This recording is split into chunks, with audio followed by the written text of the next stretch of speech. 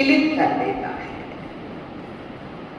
सुबह सारे नगर में ये चर्चा फैल जाती है। राजा उन चारों मंत्रियों के लिए निष्कासित कर देता है, अपने राज्य से उनको निकाल देता है।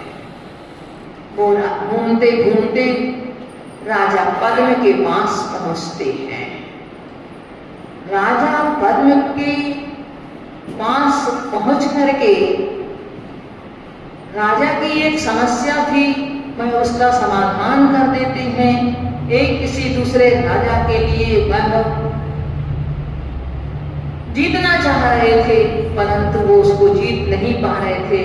तो इन मंत्रियों ने कह दिया कि मैं आपके लिए जीत करके, और उन्होंने उनको जीत करके और राजा के सुपुर्द दे दिया। राजा ने कहा कि तुम्हें अब जो मांगना हो सो मांग लो। कहते हैं कलम, कदम और कसम, ये तीनों बहुत सोच समझ करके हमें उठाना चाहिए। राजा ने कह तो दिया कि तुम्हें जो मांगना हो मांग लो, और उन्होंने कह दिया कि राजन, मेरा वचन आप सुरक्षित रख लें। जब हमें जरूरत पड़ेगी, आवश्यकता होगी, तब हम मांग लेंगे।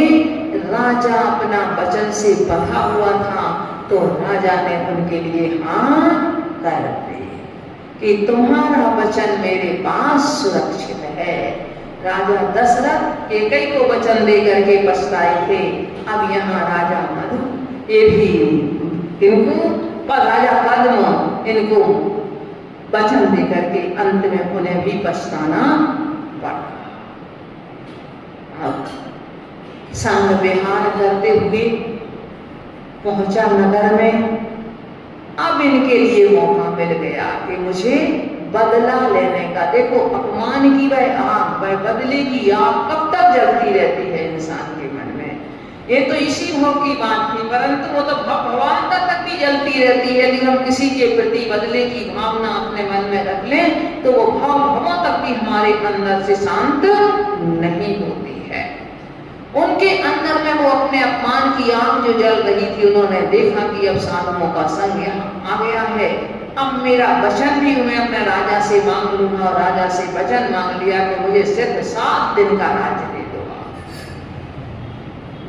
7 दिन में तो उन्होंने सोचा मैं सब कुछ कर दूंगा 7 दिन में। तो